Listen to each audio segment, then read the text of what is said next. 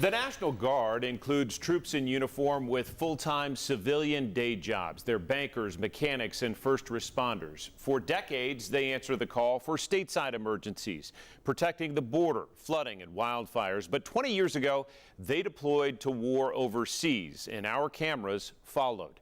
Tonight, we begin a special series of reports, the Guard in Iraq 20 years later.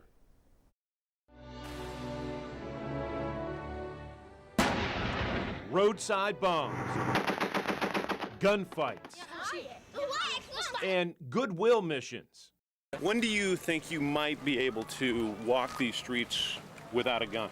November 2004, 18 months into the 8-year war in Iraq, National Guard troops found themselves shouldering the brunt of the street battles and nation building. And when we saw the American soldier around in the street, we feel we are unsafe. The 04-05 deployment marked the largest call-up of National Guard troops since World War II. 75% of all the forces in Iraq was guardsmen. Citizen soldiers. Citizen soldiers.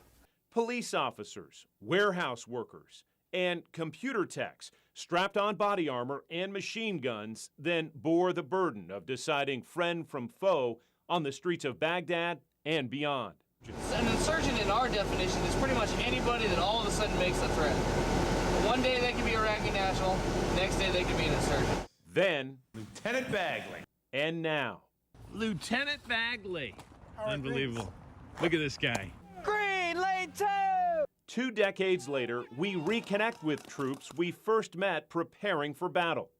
Just the excitement of going over and helping out where we can. How about your worst day? Ooh, when we had to recover a vehicle where an IED had blown it up and we lost some soldiers. We're off the main roads on the side streets. It's a slow process clearing this zone.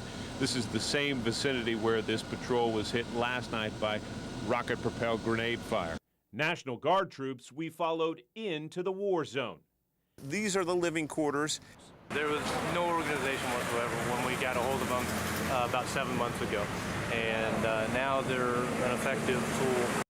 Was it worth it? I think it was. Megan? Yeah. Chris Thomas. I know. Intimate reunions honoring the fallen. And losing my father took a big chunk of me. And we go up and visit his gravesite with his dad, Ken Sr. And that's what we've done for 20 years. Unfortunately, we're here to celebrate my son's death, but it's a bittersweet thing that I really am proud of. Among the thousands of troops deploying into combat in 2004, 2 Guard units, one from Tennessee and another from Oregon, are symbolic of the shared service and sacrifice of America's citizen soldiers in Iraq. And it was because they were older, they had more experience, they were ferocious, and they were friggin' tough. Tough as nails. And it's quite frankly, it's friggin' amazing what they do.